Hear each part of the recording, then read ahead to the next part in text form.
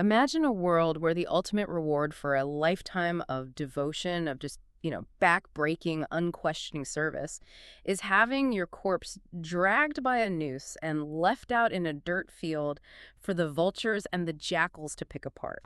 Yeah. It's a completely chilling image. Right. It's incredibly visceral, but that is the unfiltered reality of the society we are dissecting today. It really is. It doesn't hold anything back. Now, before we really get into the thick of it, I just want to say welcome to another deep dive for the Simplified Summary YouTube channel. Glad you're here with us. Yeah, and if you enjoy what we do, please do us a huge favor, humbly asking here, hit that subscribe button, drop a like on this video, and share your valuable comments down below. It really helps us keep bringing you these deep dives. Absolutely. Please do. So today we are taking you through some heavy, incredibly profound excerpts from Munshi Premchand's legendary collection, Mansarovar Part 4. Such an important text. Our mission today is to explore how this author uses his stories as an unapologetic mechanical mirror. I mean, he isn't just showing us cruelty. No, not at all. He's exposing the exact sociological machinery behind human hypocrisy, invisible debt, and surprisingly, the resilient nature of love. Yeah, and that image of the scavengers you started with, it instantly strips away any romantic illusions we might have about the era. Oh, completely. It sets the tone immediately. Premchand is an absolute master at diagramming the massive gap between societal labels, who is officially considered pious or noble, and true underlying morality. Right. The label versus the reality. Exactly. So to really give you, the listener, a comprehensive understanding of the profound themes in these sources, we need to synthesize these tales. We can't just look at them in isolation. Right. We aren't just going to look at what happens to these characters, but why the systems around them function the way they do. The mechanics of it all. Yeah, from the tragedy of caste dynamics to the total absurdity of borrowed wealth. Okay, let's unpack this. I want to start with how societal structures are literally weaponized against the marginalized. A great place to start. And since we want to give you a detailed audio of the story named Sadgati, let's really dive deep into that one first. Sagati, which translates to salvation. Right. Salvation. Which is incredibly ironic once you know the premise. So, we have Duki Chamar. He is starving. He's desperate to have Pandit Gasiram bless his daughter's betrothal. Right, a simple blessing for a wedding. But I struggle to understand Duki's logic here, honestly. I mean, he is the one who is oppressed and starving. Yeah. Yet he is the one agonizing over how to host the Pandit without polluting him. It's so backwards. He's literally planning to make a plate out of mahua leaves just to protect the Pandit's purity. Why is he policing his own oppression? Is he just, completely brainwashed? It's a really great question, and it speaks to the insidious nature of the caste system Premchand is portraying here. How so? Well, it's not just physical oppression, right? It operates like a psychological infection model. Oh, wow. An infection model. Yeah, Duki has fully internalized the idea that his very existence is a biological hazard to the upper castes. That is so dark. It is. He enforces the rules upon himself because the alternative, like actually challenging the cosmic order of Dharma, is just unthinkable to him. Right. It doesn't even cross his mind as an option. Exactly. He truly believes his spiritual salvation depends entirely on his compliance. Okay, but wait. How does Pandit Gasiram justify his side of the equation? Well, that's the other side of the coin. Because he's glowing, he's well-fed, and supposedly this ultimate moral authority in the village. Just supposedly, yeah. Yet, before he even considers giving a simple blessing for Duki's daughter, he forces Duki to do all this intense manual labor for free. Right, chopping wood, sweeping. Yeah, he makes him chop this massive, unyielding log of wood and sweep his entire property. And Duki is starving. He literally works himself to death right there. Right in front of the Pandit's house. So how does a pious man justify working a starving person to death and then just leaving his body for the jackal? What's fascinating here is how the elite use that exact same concept of Dharma as a shield to protect their privilege. So they twist it to benefit themselves. Always. The Pandit doesn't see himself as a murderer or an exploiter. Not at all. In his mind, he is giving Duki the privilege of serving a Brahmin. Oh my God. The privilege. Yeah. The cruelty isn't a bug in the system, it is the system. Its feature. Exactly. When Duki dies, the Pandit's only real concern is that the corpse is polluting his pathway. That's his biggest takeaway from a man dying on his property. Right. The spiritual laws are entirely designed to keep labor cheap and the hierarchy completely static. It's like playing a rigged board game where one player starts with all the wealth and the other starts in crippling debt. That's a great analogy. And the rules of this board game are enforced by supposed divine law. So you can't even argue with the rule book. You can't, because arguing with the rulebook means arguing with God. And Premchand shows us that this invisible bondage isn't just spiritual, right? It's deeply, deeply economic, too. Oh, absolutely. The economics are brutal. Which perfectly transitions us to pivot to Sava Sir Gehun, or a kilo and a quarter of wheat. Such a heartbreaking story. It really is. We meet Shankar, who is just this honest, simple farmer. He borrows a tiny amount of wheat, literally 1.25 seers, just to feed a visiting holy man. Just fulfilling the basic rules of hospitality. Right. But over 7 years, that one handful of wheat turns him into a bonded laborer. It just spirals completely out of control. He loses his farm, he loses his cattle, and eventually he is sentenced to prison. All for a little bit of wheat. It's like a casino where the chips are your actual lifespan. You borrow one single chip to play the hospitality game, and the house uses a compounding algorithm to ensure you never, ever cash out. That is precisely how agrarian debt traps function. And the mechanism relies entirely on the power dynamics of illiteracy. Because Shankar can't read the ledger. Exactly. No. Shankar thinks he repays the debt by giving the lender extra grain during the harvest. He thinks they're square. But he doesn't get a receipt. Right, because nothing is documented on his end, the lender's ledger, and his word is absolute law. So the lender can just make up whatever numbers he wants. Yep. The compounding interest is just a mathematical tool used to justify perpetual enslavement. And the hypocrisy of the state in all this. Premchand points out that the government official who sentences Shankar to 6 months of hard labor for this completely fabricated debt. Oh, this part is infuriating. It is. That official is the exact same guy who regularly lets actual murderers walk free on bail. Because they have money. Exactly. The system isn't broken at all, is it? It's working exactly as intended to crush the vulnerable. Exactly. If we look at Shankar and Dookie side by side, Premchand is showing you that whether the chains are forged by religious duty or economic compound interest, the result is identical. Which is what? The total consumption of the marginalized individual. They are completely devoured by the system. Man, which brings up a really disturbing philosophical pivot. Let's hear it. If the secular justice system is a rigged casino, you'd think religion would offer some sort of sanctuary, right? You hope so, yeah. But looking at your notes on the next set of stories, particularly Mrityak-Bhoj, the Feast for the Dead, we see the exact same predatory extraction happening. Only this time, it's entirely under the guise of piety. Right. So walk us through this one. Yes. So Premchand brutally tears off the mask of religious duty here to show the complete lack of human compassion underneath. He really pulls no punches. He doesn't. In Mrityak-Bhoj, Seth Ramnath realizes on his deathbed that he spent his entire life just hoarding wealth. To an extreme degree, right? Very extreme, to the point of denying his own children toys. He starved his own soul for money. But the real tragedy doesn't even happen while he's alive. No, the real horror begins the moment his heart stops. The socioeconomics of this part are just mind-blowing to me. The local priests and the entire community immediately start clamoring for a massive, lavish funeral feast. They want a party. They are literally salivating at the prospect of free food, demanding that Ramnath's destitute widow, Sushila, throw this grand event. Even though she has nothing left. Right, but why would a community actively push a grieving widow into total financial ruin? Like, what do they actually get out of it? How about their wealth transfer? And it's all completely justified by tradition. So it's legal theft. Pretty much. The concept of honor in this society acts as a coercive social tax. A social tax? Wow. Yeah. The community weaponizes the widow's grief and her fear of social ostracization to extract whatever wealth is left in the estate. That is so deeply manipulative. It is. The religious leaders demand rigid adherence to the ceremony, completely blind or perhaps willfully ignorant to the fact that they are essentially robbing a vulnerable family. And the cost of that social tax is literal human life. Yes, it is lethal. Because their young daughter, Ravati, looks at the situation and realizes the impossible burden her future dowry will place on her newly impoverished mother.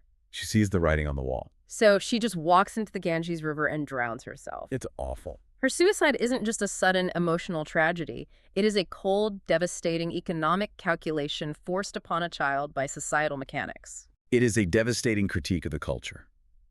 Premchand is showing that the community values a ceremonial feast for the dead over the actual literal survival of the living. It is incredibly dark. I mean, we are really in the depths here. We are, but Premchand does balance it out a bit. Right. I appreciate that he also explores this exact same fragility of performative purity through a more comical lens. He has a great sense of satire. Yeah, because you might be wondering how a society so terrifyingly rigid can also be utterly ridiculous. Which brings us to Tagaada. Exactly. Tagaada, or the Dunning.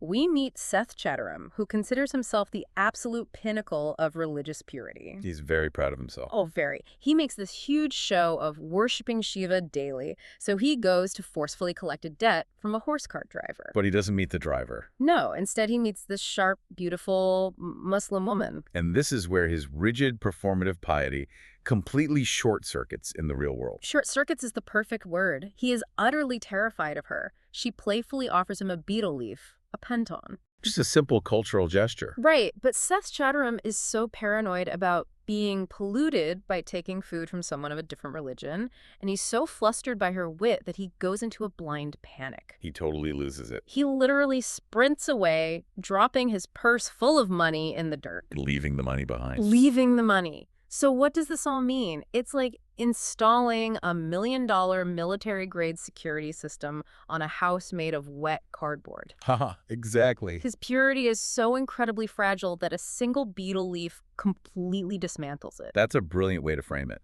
Premchand is demonstrating here that true corruption isn't just about hoarding money or charging exorbitant interest. What is it about then? It's about claiming moral superiority while being entirely disconnected from basic human empathy. So the religion is just a prop. Yes, Seth Chatteram's religion is a costume. It offers absolutely no internal strength. It only offers a set of rules that make him run away like a frightened dog the moment he encounters genuine, spontaneous human connection. Okay, so if the elites are morally bankrupt, and the religious systems are a total facade, and the secular laws are rigged casinos, It sounds pretty hopeless. it really does. Where does the actual humanity live in Premchand's universe? Because reading through these sources, it can feel pretty bleak. I get that, but that is exactly where Premchand subverts our expectations. Okay, how so? He constantly shows us that nobility and humanity reside exactly where society expects it least, Which is where? in the unpolished, the marginalized, and the flawed characters. Okay, here's where it gets really interesting. Let's talk about the redeeming power of unconventional love. A huge thing for him. Starting with the story Prerna, or Inspiration, we have Surya Prakash. He's the ultimate school troublemaker. A total nightmare for the teachers. He terrorizes them, breaks all the rules, but when his frail cousin Mohan comes to live with him, Surya Prakash transforms into this devoted caregiver. He does a complete 180. He's bathing him, skipping his beloved theater trips just to sit by his bedside. Now, I have to admit, reading this, it feels almost too neat. You think so? Well, yeah. The ultimate school bully suddenly turns into a saint just because a sick cousin moves in. It feels like a bit of a literary trope, honestly. I see what you mean. It would be a simple trope if Premchand stopped there. But he doesn't. No. What's fascinating here is how Premchand uses this to indict the entire institutional system of education. Okay, walk me through that. Surya Prakash wasn't a bad person. He was simply rejecting a sterile, unfeeling educational system that demanded blind compliance rather than cultivating actual character. Ah, so he was rebelling against the lack of humanity. Precisely. And when Mohan tragically dies, Surya Prakash channels that raw, authentic grief into becoming a highly principled deputy commissioner. So the grief actually builds his character. Right. Premchand is arguing that the capacity for profound goodness comes from genuine human empathy. Not from a classroom. Exactly, not from memorizing textbooks or performing institutional obedience. That makes a lot of sense. And the cynical narrator, who is his former teacher, is forced to realize that his entire metric for measuring human worth was completely wrong.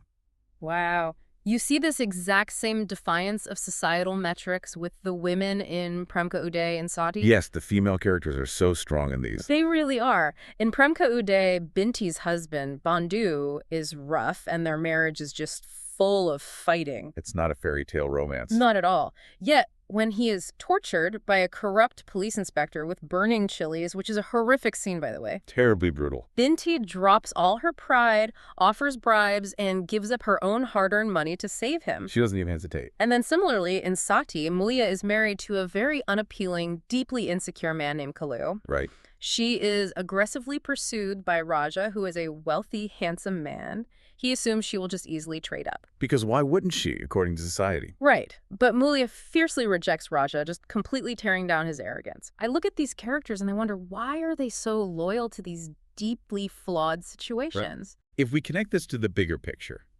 Binti and Mulia are operating on a completely different moral axis than the elites we discussed earlier. Meaning what exactly? Meaning they aren't performing for society. Their loyalty isn't based on appearances or wealth or caste purity. It's not a transaction. Exactly. It is grounded in raw, unpolished, authentic human connection. They are the complete antithesis of Seth Chadaram and Pandit Gaziram. It's like finding a vibrant, beautiful flower growing straight out of a crack in a concrete sidewalk. I love that image. It's like finding out the loudest, glitchiest, most beat-up engine in the junkyard is actually the only one that runs on pure, unadulterated fuel.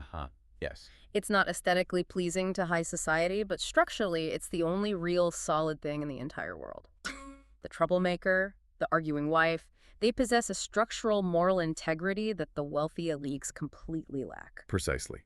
Which brings us to a crucial transition in our deep dive today. Where are we heading? Well, we've talked about the physical chains imposed by debt and caste, right?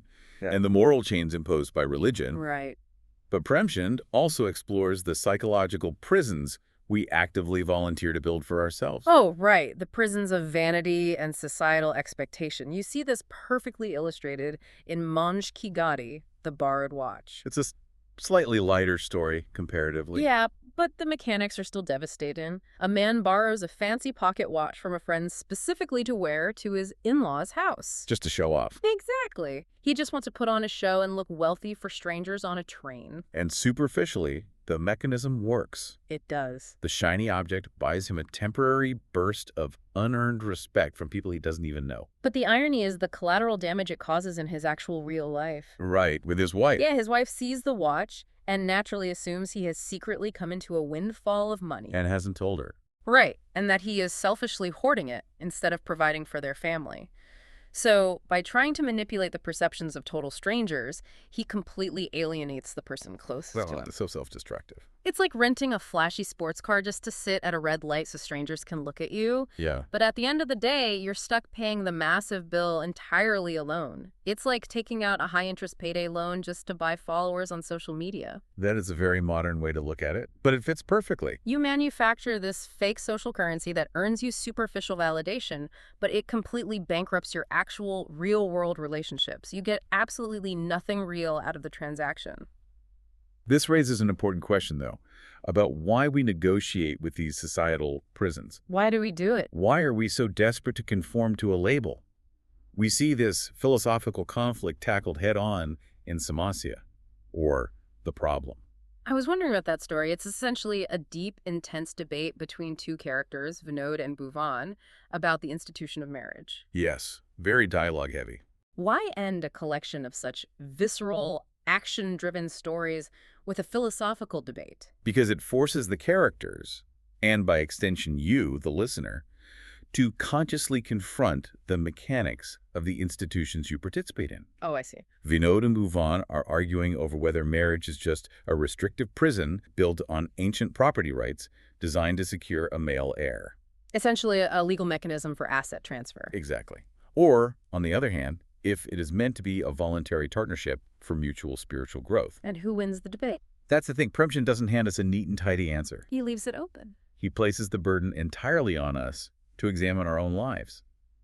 Are we participating in these social structures because they actually elevate our humanity, or simply because the system demands our compliance? And that really is the absolute brilliance of Mansarovar Part 4. It truly is. As we wrap up this deep dive into the excerpts we've been sharing with you, it becomes so clear that Munshi Premchand isn't just offering us a dusty collection of stories about some bygone agrarian era. Far from it. He is performing a timeless surgical autopsy of human nature itself.